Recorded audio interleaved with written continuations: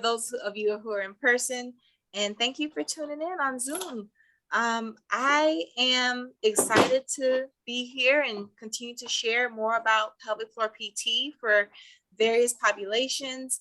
So we decided on the title for this one, The Nuts and Bolts of Pelvic PT for Men. So I'm going to kind of get down into some of the basic things that and common things that some men are seen in pelvic PT for.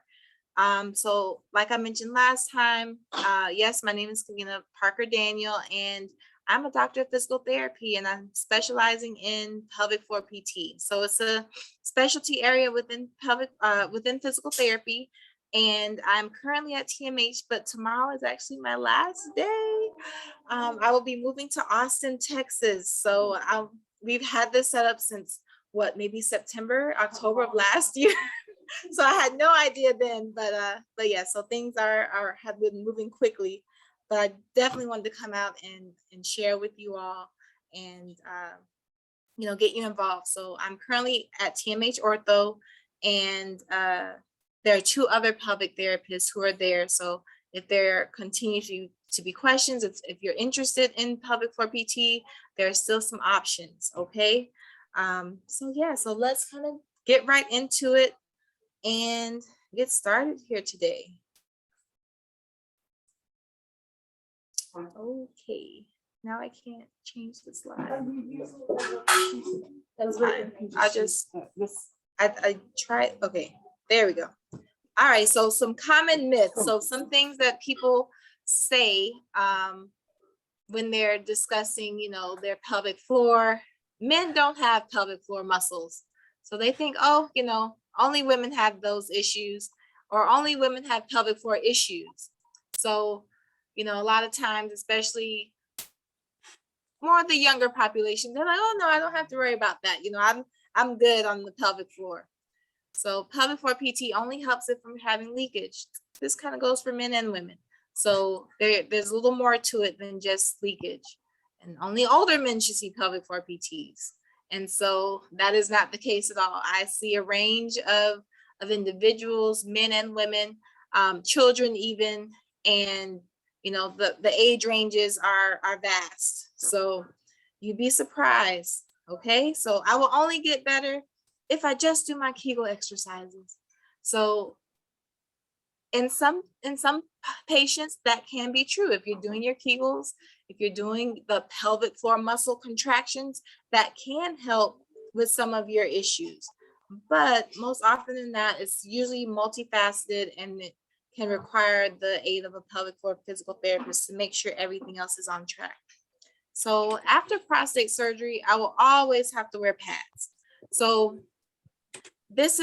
we'll kind of get into this a little later on, but this is a very common reason for why men are coming into our clinic after prostate surgeries and different things like that.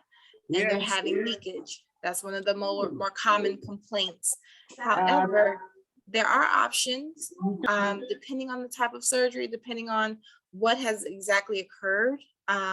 There can be some things to fix and help with that. Okay. Alrighty. So we'll kind of get into male pelvic floor anatomy here a little bit. Okay.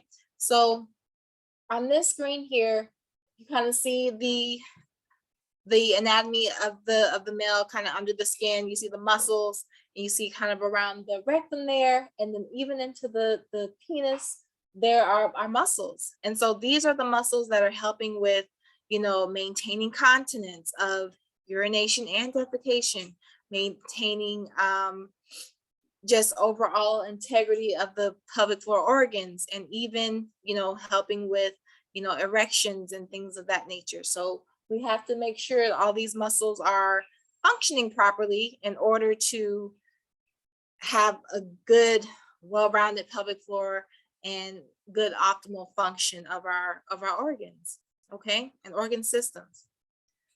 All right, so I went over this picture a little bit last time with our ladies, but it still holds true. So when we think about the pelvic floor, we should also think about the core. Okay, so core isn't just our six pack, it's those deep pelvic floor muscles, the one in the front there, that's called your transverse abdominis.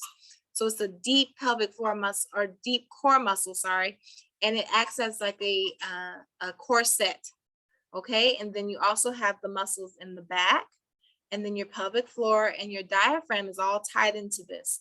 So when there's a breakdown, when there's tightness, weakness, impairment in one of these structures, it can impair our pelvic floor and our ability to perform different functions, okay? So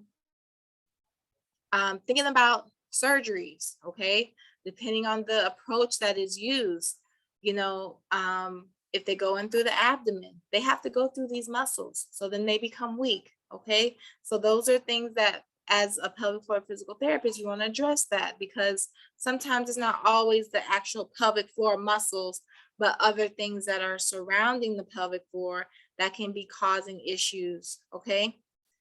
All right, and so we might get back to that slide a little bit. So here are some top reasons men will see a pelvic floor physical therapist, okay? PFPT, pelvic floor physical therapist. So mostly lower urinary tract issues or symptoms. So thinking urgency, incomplete voiding, reduced flow. Like a lot of men say, okay, my stream is just very weak, very slow. Urinary incontinence, okay? And nocturia. So that's a big sign that something may be wrong with the prostate in general. So if you start to notice changes in your urinary patterns, that can be a part of it. Now, the next one, erectile dysfunction. We usually don't get patients solely for erectile dysfunction, but usually they have one type of issue, either pain or some lower urinary tract issue. And then we'll also, in our interview, we'll find out they're having some other issues with ED. So now all of these different things, and then pelvic pain is another one. So thinking pain, it could be after surgery or maybe not. Maybe someone's having pain that's going into their abdomen, that's going into their testicles, that's going into the penis itself, just depending on what is all involved. So definitely something to kind of think about. You know, you have arteries and veins and nerves running through all those muscles that we just saw on the previous slide. And if those muscles are tight or dysfunctional, it can cause nerve pain, okay? If you're having back issues, you know, where those nerves are coming out, you know, they're attaching into those muscles. And so it's all combined. And so it's hard to say, you know, exactly what needs to be done unless you're given like a thorough evaluation, okay? All right, so some reasons that men will undergo urinary incontinence. Sometimes age, as we get older, if we become more sedentary, you know, things don't really work the way they used to. But if we can kind of get into a routine, get into some habits that are, you know, a little more getting us up and out and continue to use our muscles, we'll have less issues with that, okay? History of UTIs or cystitis, you know, issues with our bladder, and those types of infections can really affect our bladder and our function, okay? And then things like history of stroke, think about what that can do. You know, you can be affected one side or both sides, or, you know, just different things are not functioning the same. Mobility issues, functional and cognitive deficits, things that, you know, do you remember to go to the bathroom? You know, just even those things can be problematic. Prostate disease, such as BPH and prostate surgery. So I'll kind of focus a little bit more onto the prostate surgery side of things. I am not an expert in prostate surgery, but I kind of know the different types of surgery, the basic two that we'll kind of cover today. And we'll kind of talk about those and kind of what that really entails, okay? But yeah. So some common adverse effects after you have the removal of the prostate or a prostate surgery. So we can have urinary incontinence. So that's one of the biggest issues following a prostate surgery. And I'll kind of walk you through that and kind of walk you through some anatomy of like what happens when you have a prostatectomy. Okay, urinary frequency can become another issue. Urgency can become an issue. Pelvic pain, think about they're going into that area. There are lots of nerves, there's blood vessels, things can be injured, you know, not on purpose, but just things can be damaged in the process. All right, erectile dysfunction, especially initially, there can be up to a 90% incidence of having erectile dysfunction following these types of surgeries. But it can come back. Things can start to come back a little bit, but about 3 years, it might be partial, if at all, okay? So there are some things that can be affected, but you also have to look at, you know, why are they doing this prostate surgery? You know, if it is cancer, you know, you got to take care of that. So you kind of have to weigh the odds. So some things might not be the same, but, you know, you'll still be here with us, okay? And so that is important too, all right? So urinary retention. So that's when your bladder is not able to release, or you're not able to let go and release that urine fully, okay? And so that can be a problem. That can lead to pain, that can lead to infection, that can lead to a lot of things that we don't want to deal with. So a lot of times treatment for that is catheterization. So when you have that catheter in you, the longer you have it, the more dependent you become to it. So once you try to remove it, you might also then notice more urinary incontinence. So it can be cyclical. It can be kind of one thing leads to the other. Okay. Alrighty. So I wanted to talk about the radical prostatectomy. Okay. So if you look at that first picture, I don't know if you guys can see my clicker here, but you see the bladder at the top, and it's kind of has a little empty spot in there to hold the urine. And then under you have the prostate, and it has the red part is like a tumor that's on the prostate. Okay. So they want to remove that whole area that's outlined in the blue. So when you have a radical prostatectomy, they're taking the whole prostate. Okay. So what's happening there? So as you see in the next picture, the prostate is gone. And so I think it'll be a little easier if I show you with this. So this is my male model here. I'm going to kind of just separate it, take out our bladder and prostate and rectum. They're all kind of connected here. And I'll kind of make sure you guys can see too.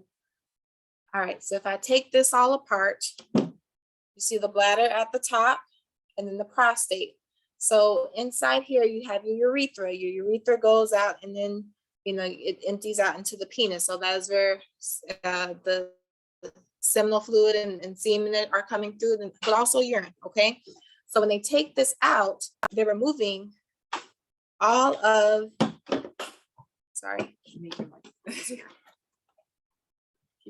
okay, they're removing all of that urethra in here. And the important thing to note is you have an internal urinary sphincter. So we do not control that muscle voluntarily. That's controlled by, you know, our autonomic system. And then we have an external sphincter, okay? And so along there, if I kind of sit this in here like so, sorry, I'm trying to make sure everyone can see, it kind of lines up with our muscles here at the bottom, okay? So we can use these muscles here, our pelvic floor muscles, to contract and kind of close off that external sphincter, okay? So what happens when they take out the prostate, the internal sphincter and the external sphincter kind of become one, okay? So we kind of have to rely on our external sphincter muscles to contract and hold. But depending on how many nerves are affected and whatever else is affected, it can affect how we progress with or after the surgery, okay? So going back to here. Oh. All righty. Okay, so now I have a actual clicker. All righty. So that radical prostatectomy definitely going to come with a little more issues most of the time, depending on if they use nerve sparing techniques. But it also, you know, it's really not up to us. It kind of depends on how severe things are. If the tumors have spread, you know, beyond, you know, if they're on the nerves, if they're attached to different things, they have to go in and remove that. And sometimes that's going to be a little more, you know, affecting of quality of life and things like that. But that's kind of what has to happen. Okay. So now there is another procedure, another popular procedure called a Terp, a transurethral resection of the prostate. Okay. So that's the Terp. So as you can see here in that first slide, to your left, you see the prostate is kind of a little larger, and it's kind of cutting in on that urethra. So that bladder, you can see that internal sphincter at the top, and then you see the muscle layer where the external sphincter is at the bottom of the prostate.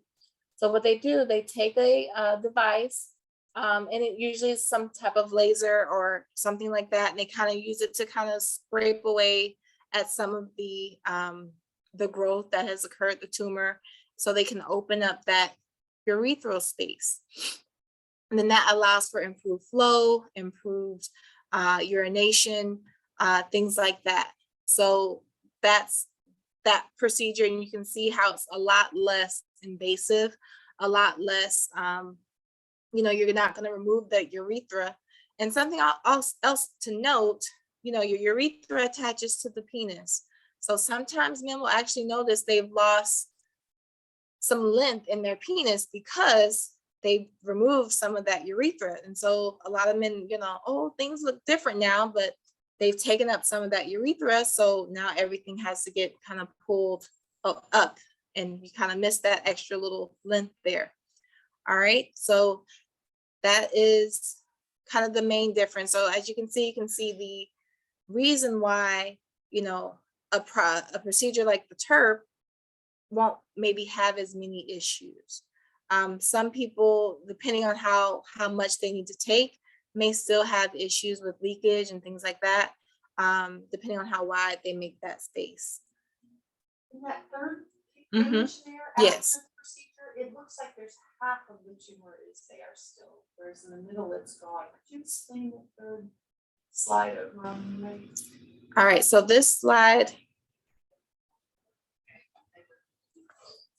I'm not quite sure. You say it looks like the tumor, because well, it's about there's a line where it's brown in the middle, and it looks like the enlarged prostate beforehand. So I don't, just trying to understand what's going on. Is that urine in there? yes. Okay. I thought that was. Yes, so it's urine. prostate. I'm sorry. Yes, no, that's the urine in the bladder. And then you can just see how they're kind of looking at the stream on the first. The stream is kind of sporadic on the first slide. And then it's flowing normally in that last picture. Sorry. But yeah, so the overall, like you can see the size of the prostate is larger in that first slide, and then it's smaller after they do the procedure. But yeah, so that's just the urine in the bladder there. All righty. So now treatment for urinary incontinence. Depending on, you know, whether you have a surgery or prostate issues or not, they may still try surgery. So there are procedures like a Uroflow procedure to see if, you know, maybe something like a Terp can be done to help improve your incontinence. And something that they can do, the Da Vinci robotic assisted removal of the prostate. So they do utilize, you know, robotic assist. They can utilize it. It is a little more expensive, but overall, sometimes complications can be a little less and things like that. but it still depends on, if they're using nerve sparing techniques, because that's going to be the biggest issue that's going to determine what other progress can be made. Because if we can't get those muscles to contract, the nerves are going to control that. The nerves are going to control, whether we're able to relax, whether our bladder is able to contract. So there's a lot that goes into it. So it's really going to depend on the type of procedure and how extensive and what all is actually removed. Okay. Okay, so there can be devices. So now if you're having urinary incontinence, whether it's pre or usually post-surgical procedures, sometimes men will say, okay, I'm still just having kind of random leakage, kind of just drips all the time. There are devices such as this. So there are penile clamps that men can actually wear. And you can imagine, it's not the most comfortable, but it can help with, some of that leakage that occurs just kind of on a kind of daily, kind of really uncontrolled basis. So, and it's not a lot of pressure, just enough to kind of pinch off that urethra. Okay. Okay, medications. Of course, there's medications for different types of incontinence and things like that. And then, of course, there's pelvic floor PT. So, and I kind of say this with a grain of salt, especially since the prostate is so involved. It's involved in both urination and sexual function. It can be tricky. It can be tough. And honestly, sometimes the more quickly you improve after surgery, so like a year's time after, that's when you really want to put in the work. That's when you want to do things that are going to kind of help make sure we're not going to have leakage in the future. So even if we're not having issues like right away, I think it's always best to kind of at least see a pelvic floor PT, make sure we're getting into good habits, make sure we're doing things that are going to help prevent us from developing issues in the future. But that first year is really critical, okay? So if we're not really doing anything that first year, that can kind of lead us to other things. Oh, we have a question out here. Go ahead. And do patients sometimes do the physical therapy before surgery? Oh yeah, so they call it like a prehab. Physical therapy beforehand can definitely help prepare, some of the patients to know, okay, these are the types of things you need to do and work on in order to, recover. And you can recover sometimes they do recover a little more quickly. They kind of already have that muscle memory, know what to do to relax, when you're using the restroom, but also to contract if you're, sneezing and coughing and things like that, to make sure we're not having that leakage that way. But yes, PT before can definitely be helpful, and definitely after. And it really depends on how involved the surgery is. And so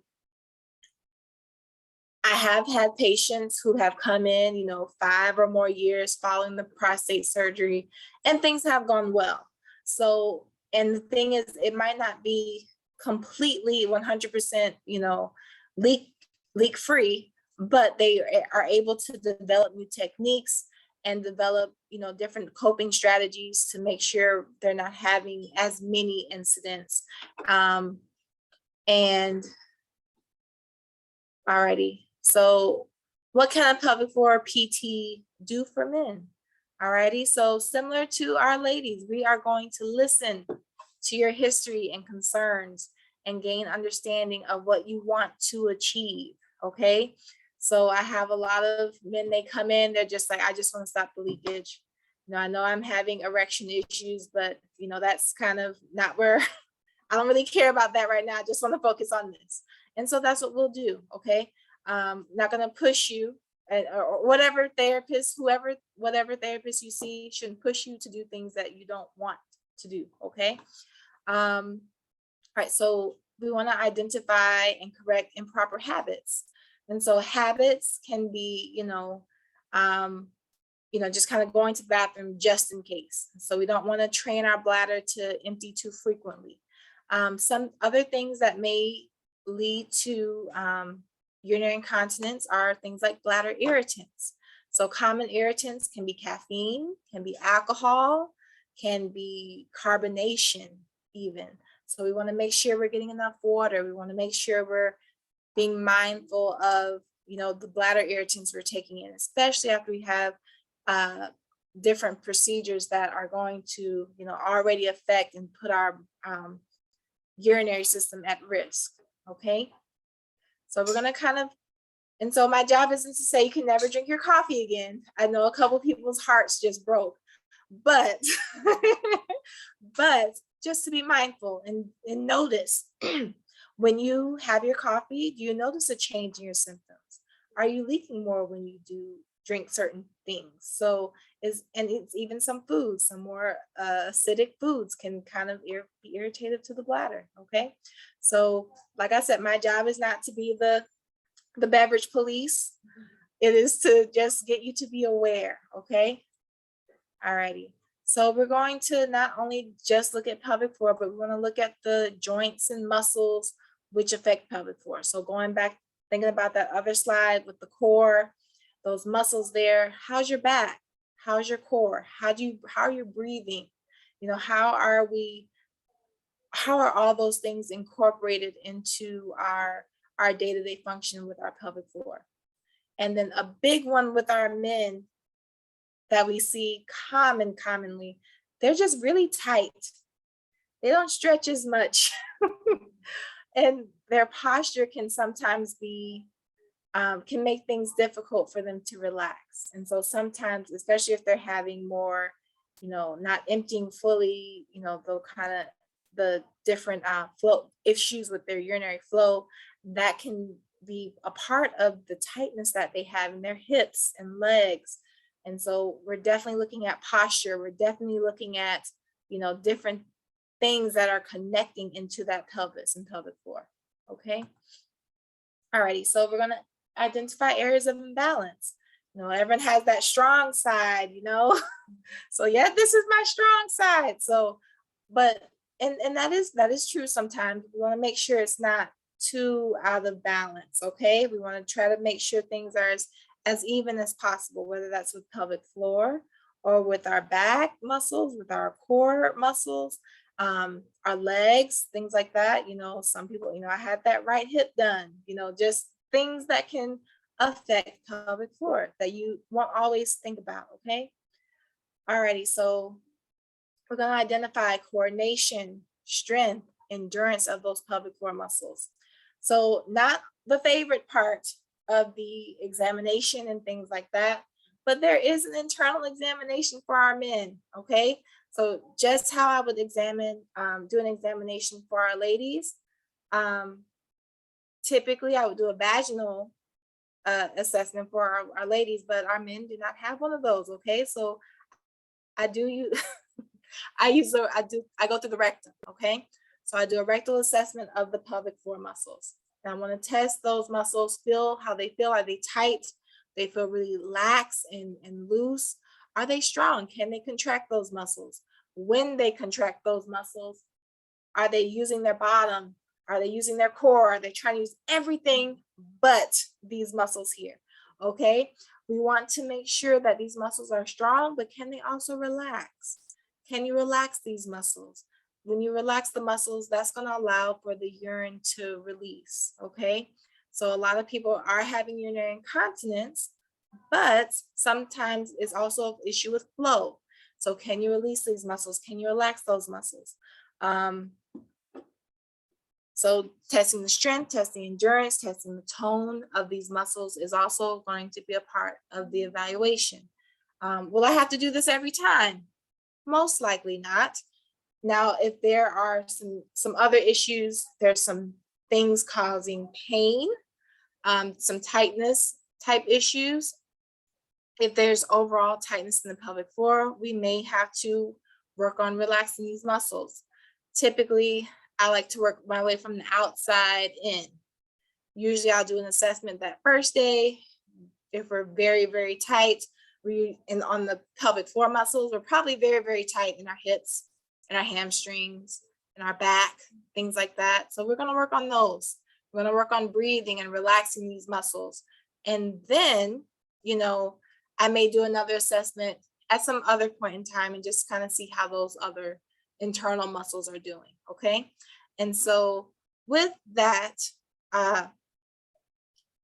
and just kind of depending on what else is going on, we'll work on that too. So sometimes manual therapy is involved. Sometimes it's more heavily exercise based. It just really depends on kind of what you come in with, what we find. Okay. Alrighty. And then, so we want to provide a plan of care that is specific to what you want, specific to what you need, specific to kind of help you reach your goals. Okay. And so these interventions, as I mentioned before, there might be exercises or stretches. Want to work on your posture, make sure we're not, slouching in our chairs. Habit modification. We may even use modalities. As I was mentioning in the last class, the last topic we did, there are things like biofeedback. There's electrotherapy. There's different things that we can utilize to kind of help get everything back on track. Now, for me personally, the electrotherapy is kind of more of a, I kind of tend to use that kind of as a last resort effort, just depending on what the issues are. But we do have it, we can use it, and we can kind of put everything together to kind of help you get better, okay? All right, and then also, like I said, manual therapy. Oh, something I like that this model shows in the front here, and I'll kind of tilt it down some. You see these abdominal muscles here. These are kind of our lower abdominal muscles and the fascia that connects them. You can see they even kind of connect into the testicle here. So a lot of times our men who are having testicular pain, we check their abdomen a lot because usually the tightness here, stiffness, their posture, whatever is going on there, can lead to tightness and pain in the testicles, okay? So you don't think about things being connected until you're like, oh yeah, that is connected there. So we try to look at the things that are going to be most pertinent to what's going on there, okay? And then even from the bottom, we can kind of see these muscles. We can see the nerves that are in these muscles. If these muscles are tight, you can have little nerve-like pains when you sit or as you go from sitting to standing. So that's a common one we see. And then our hips are here. Our leg muscles are attaching into here. So if we have tightness in our legs, if we can't, bring our legs to open and separate, that can be problematic for the pelvic floor, okay? So there's a lot involved with pelvic floor PT. We just want to make sure that we're doing things that are going to be as much of a benefit to you as possible. It's a therapy that is not quick and easy, okay? Maybe 3 sessions won't be enough to kind of get everything back on track. But, and if you're coming to our office, we may see you once a week. So then there's a lot of things we're going to ask of you to do on your own. And so then we'll ask you, okay, the things that we talked about, how are they going? How are you feeling? Have you noticed any changes? So kind of being a participant in your care is going to be important. And so that is kind of what I have for my men today. I know I didn't cover every single thing, but I feel like the biggest thing to kind of take away here is, if you're having issues in your pelvic floor, I would very strongly recommend seeing a pelvic PT. I know these issues are sensitive. I know these issues are not always readily talked about and, delved into, but, it is very important. I value people's quality of life. I want people to have a great quality of life. And so, if you could go to PT once a week for a few months, and things improve, I would maybe take that chance. But I do know everyone, to each his own.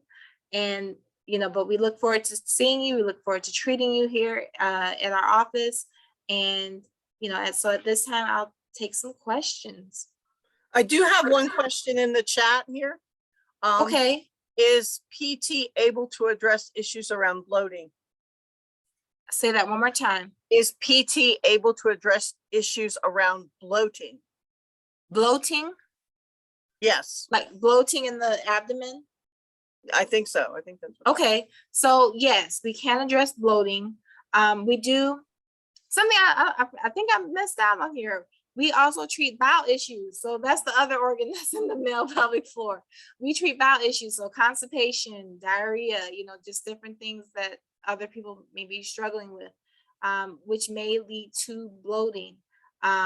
So definitely, if you are having bloating, if that is related to what's coming, if it's related to, any part of the system that we're treating, if you're having difficulty with bowel movements, if it's more along that line, definitely. Bloating in and of itself could be habitual, could be, dietary in nature, but it also could be, which might be a little more outside of physical therapy scope. It could be more of a, there's different things like Crohn's or irritable bowel syndrome that we can kind of help you deal with the pain of some things, and kind of help you do some manual things, make sure you're moving, making sure your the GI transit time is going smoothly. And that can all help with the bloating. Sometimes bloating can be related to our diaphragm. And a lot of people don't think about that, but if our diaphragm is not functioning properly, so the diaphragm, that is like a smooth muscle that kind of sits between your rib cage and your abdomen. So it kind of separates there. So sometimes that can have an issue, because that is kind of where your stomach or your esophagus is connecting to your stomach, and things can kind of go wrong in that area. So we want to make sure we have a nice functioning diaphragm, so we can make sure things keep moving. So, but yes, short answer to your question is yes, we can treat bloating. We can discuss certain things that are going on with your diet. We can discuss, what your bowel movements look like. What are they? Are you using the bathroom every day? Are you going once a week? Those are different things that are going to contribute to bloating. So, so we definitely want to make sure that we're doing things that make that easy. Okay. All right, I have another question in the chat. What is manual therapy? So manual therapy, so there's various techniques of manual therapy, but manual therapy is similar to like a massage, but it has a therapeutic outcome. So when you come into PT, we're not going to give you a full body massage. I know everyone would love that. I would love that, but it's focused to the areas that need to be focused on. So for example, if on evaluation, I'm feeling into your abdomen and I'm feeling tons of tightness, you've had a surgery, there's scar tissue restriction, I might start to work into that area. And depending on, your level of tolerance, the level of scar tissue present, it might determine the technique I use. So there's just like a simple, just like massaging technique, there are different methods, as hard and plastic, but there's different methods we can use to kind of break up that scar tissue, to make sure those muscles are relaxing, to help you relax the muscles. So that's essentially what manual therapy is, but it's basically like a massage, but it's like manual. So we're doing the manual therapy to you to make some change in your soft tissue structures. There's another question in the chat. All righty, another question. Okay. This one's long, so Okay. I'll try to read it properly. I have had BPH and chronic urinary retention, incomplete voiding for several years. Medication has helped with the flow. what is the likelihood I would see reduction of urinary retention with pelvic floor physical therapy? So what is the likelihood someone will see a reduction in their urinary retention symptoms if they come to pelvic floor physical therapy? Yeah, after So- they're already on medication and, things like that. So medication can be helpful, but has anyone taken a look at your muscles? Has anyone taken a look at, to see like, can you relax? How's your posture? Like there's different things that can be done. And it also depends on, I don't know if you've had any procedures, things like that, but if you still have your prostate, like I said before, that prostate has an internal sphincter and an external sphincter. The external sphincter is where our muscles are, that muscle layer is. So usually the medication, they're going to try to help with that internal sphincter, okay? And then, but the thing is, we have to be able to relax that external sphincter for things to flow properly. So we're going to want to probably I know the question is basically, will pelvic PT help urinary retention? And the honest answer is, I don't know unless I know what's going on with you personally. But if it is the muscles that is impairing your ability to empty all the way, if it's your smooth muscle, the muscle we don't control readily, that's what your medication is usually for. So that may be a different thing, but there are positions that we can talk about to kind of help you empty better. There are strategies we can talk about. I don't know what your habits are. Are you drinking a good amount of water? Are you getting a lot of fluids? Like there's just so much to kind of take on, and I'd have to kind of put together and synthesize to know exactly how much progress you can make. But, for me, and maybe I'm biased, but PT is relatively, non-invasive. We're not going to alter anything permanently. But if you can kind of give us a try and kind of see what helps, I think that will kind of really be your best kind of like, does this help or does it not help? I can't really say it until I give you a full evaluation. I can tell you what kinds of things that we'll be looking at to see if we can be helpful and beneficial. But to just sit here and say, oh yes, you'll get 100% better, if you're having these issues, I can't do that exactly because I don't know the extent of your BPH. I don't know what procedures you've had done. I don't know just a lot of different things about your muscles that I won't know until we do an evaluation. But can it be helpful? Yes, definitely. In your specific circumstance, I can't say until we do an evaluation. Did you have a question? I have a question out here. You didn't talk any about bladder cancer. It seems like I've just been hearing a lot of people with bladder cancer. Okay. How are there similar kind of impacts that the prostate cancer has, or how do people come to you following their procedures? So it depends on what kind of procedure Please they have. please repeat the question. Okay, I will repeat the question. So she mentioned bladder cancer and what type of things can be done for patients with bladder cancer. And once again, it kind of depends on what is being affected. So when we have to urinate, there's a muscle called your detrusor, and your detrusor contracts, and that is what allows the bladder to contract and kind of say, I need to use the restroom. If that is affected, pelvic PT,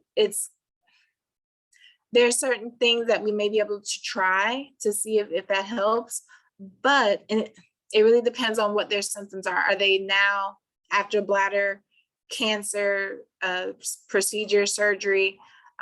What kind of procedures did they have? Did they just kind of have it removed?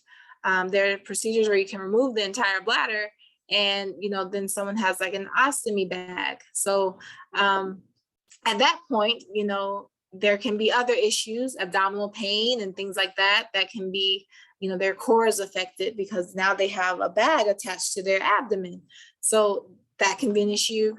But if they're having leakage following, you know, cancer, surgery for the bladder cancer, that could be a pelvic floor issue. It could be a nerve issue. It could be different issues. It really depends on how extensive things are and kind of what their symptoms are. So we kind of address what exactly is happening, address their habits, you know, making sure they're limiting their bladder irritants, things like that. So it's really gonna just depend on what exactly is happening. But yes, patients with a history of bladder cancer, we have seen before. Just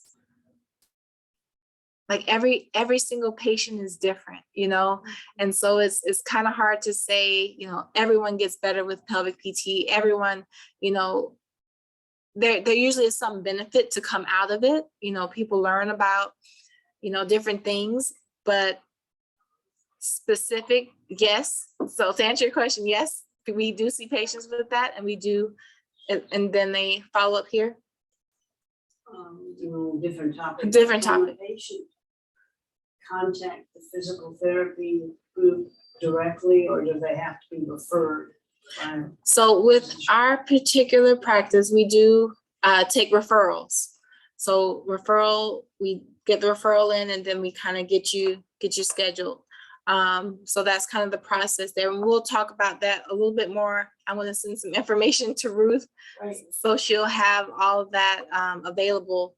But yes, and I do have a couple things that I forgot the pamphlets. I wanted to bring a pamphlet. Tomorrow's the last day, so, or didn't you? I can probably get it scanned over. But most of the doctors in the area, you know, are familiar with our program. And so if you can say, yes, I want to do pelvic PT, then they usually send the referral over to us via fax or something like that, and then email, and then we can get you on the schedule. Sorry, go ahead. For someone that has prostate cancer and they've already been through the PT for the floor exercises, Mm-hmm. How often a week should they be doing their training? So if they've already had pelvic PT after their prostate surgery. No. Oh, no surgery. Cast aside, so there's no surgery. Okay, no surgery. Having issues with leakage? Well, he's already been through the PT floor and does the exercises. My question is, how often a week should he be doing the exercises? I mean, it really depends on, you know, I like to say patients to find their, you know, minimal effective dose, you know. So for some patients, you know, if they can do something, you know, He says 2 to 3 times a week. I was wondering, is that enough? 2 to 3 times a week, that can be plenty. So just how we don't go to the gym and exercise our biceps every single day. Pelvic floor is the same. We don't necessarily need to exercise it every day, but we definitely want to make sure we're doing things. And what I like to do, I like to try to be as functional as possible with my exercises. So putting things into activities you're already doing. So if you're, you know, having a yoga class, or you're doing, you know, household chores, you know, you can incorporate your pelvic floor exercises into the things that you're already doing. So Would you recommend 3 times in a row, or skip a day, or you can skip a day. I mean, you can skip a day. I think that'd be good. Maybe just kind of every other day or 3 times a week, and you can pick 3 days a week. Okay. That'd be fine. That's good. So keep it up. And the bladder, how much does it hold, and is it different from men and women? So typically about the same. Men might get a little more, but on average, every time you do void, it should be at least 8 to 12 ounces. Every time you void, the minimum you should void is 8 to 12 ounces. So now if you're going and you're getting 3 ounces here, 6 ounces there, then we're kind of looking at what's going on there, okay? Does that sound like a lot? Nope, okay. I know they use Botox for women's urge incontinence. Mm-hmm. Is it also used in men? It Please repeat can the be. question. Okay, I'm sorry. So the question was Botox, they're familiar with the Botox injection for urinary urgency. Can it be used for men? Yes, it can. Botox is usually temporary. It is not a long-term solution, and they don't recommend getting Botox over, I'm trying to remember, I want to say 1 to 3 years, like consistently, because I think you maybe do it every 3 months or so. But yeah, kind of having to get that done every so often, you know, can affect other things. So just being mindful of that. But yes, in the short term, it can be useful. But yes, in to do that in lieu of PT, when there's so many things that can be done to help the bladder otherwise. But yes, it can be an option. I'm sorry, Ruth, I think Ruth had a question. I did, you know, our mission, overarching mission is like to promote prevention. Right. Is there anything, and this might come out sounding funny, but is there anything men can do or partners can do to promote prostate health? Whew. So kind of coming from a place of prevention, is there anything we can do to promote prostate health? So having prostate issues can be more genetic. It really depends, and lifestyle, like the prostate is tricky. You know, sometimes, you know, if there's a history of it in the family, you know, there may be different things that you want to kind of be mindful of, different, just overall health factors. Like I believe like red foods tend to be good for the prostate. So watermelon, tomatoes, things like that.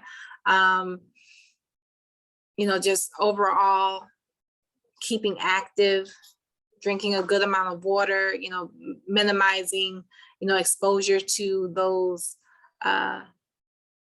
foods, those carcinogens, you know, just things that we can do, you know, overall to kind of help prevent cancers in general, smoking, you know, just different things in our diet to just make sure we're as healthy as we can be.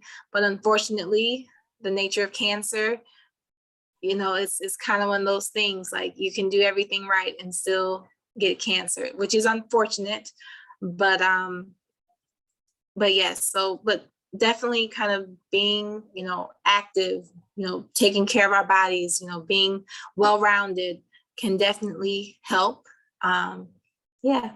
So it is hard to say, you know, if you do this 100% of the time, you won't have these issues. But unfortunately, I can't say that. All We right, have a couple more questions in the chat. You said no more? This is, yeah, what medications are typically prescribed? I think they're referring to urinary incontinence. So what medications are prescribed? For urinary incontinence in men? I guess. So sometimes I think Myrbetriq is a big one. There's one called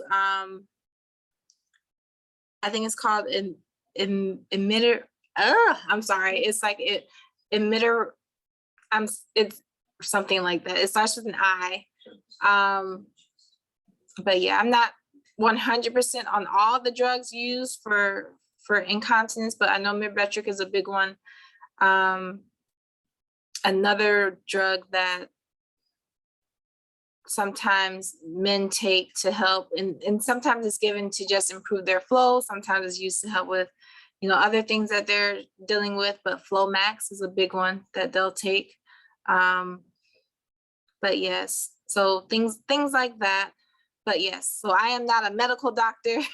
I'm not saying that these medications you need to be on, but those are some common ones that I do see. There's another question. Can other medications that you take affect urination flow problems? Oh yes, so can other medications affect urinary issues? Did I say that correctly? Yes. Okay, so yes, definitely. So think about this. If you're taking diuretics for your heart, you know, that can definitely impact your bladder and kind of what's going on there. And usually those are my patients who are going to be getting up more at night. They're getting up more at night because for some reason during the day, you know, everything is good, but then at night, everything is kind of flushing through the system, and that's when we're going. But yeah, so drugs like that can definitely impact things are managing like hypertension. So that's another thing that we can do to kind of be more aware of and preventive, you know, hypertension and diabetes. Those are different things that are going to really, you know, those medications can have just various effects on the body. And so the more we can be mindful of that, be aware of what we're eating, and, you know, that can be helpful for not only our bladder, but in our overall, you know, healthy lifestyle and things like that. Anyone else have questions? Out here? Nope, one more, yep. One more. I was waiting for the mail to call me back, so, to get on the list. Okay, Can I have the best phone number to give him, because you haven't called me back? okay, so let's see. How's email? He typically does respond well with email. Do you have an email you can use? So I'll kind of do a little spiel here. So TMH's information. If you have any questions, the line that will get you directly to a pelvic floor PT is 850-431-6762. And I will give this information to Ruth, but the number again is 850-431-6762. And as of now, then that number will be Anna Height, Anna, ANNAHIGHT. So Anna Height, that goes to her line. And so if you have already had a referral sent over and you're trying to figure out, you know, where that is, you can email Art Brown at art.brown@tmh.org.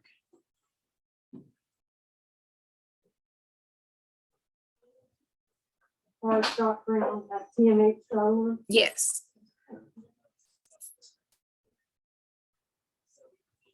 All righty. How's that? Is that it?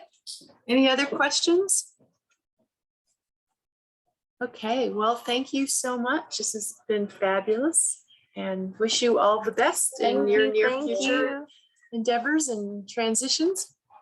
All right, we're going to stop this meeting now, and thank you to everyone for being here.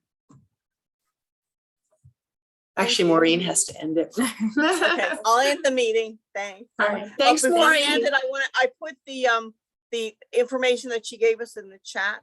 So good. if you're on Oh, Zoom, you can look nice. at the chat.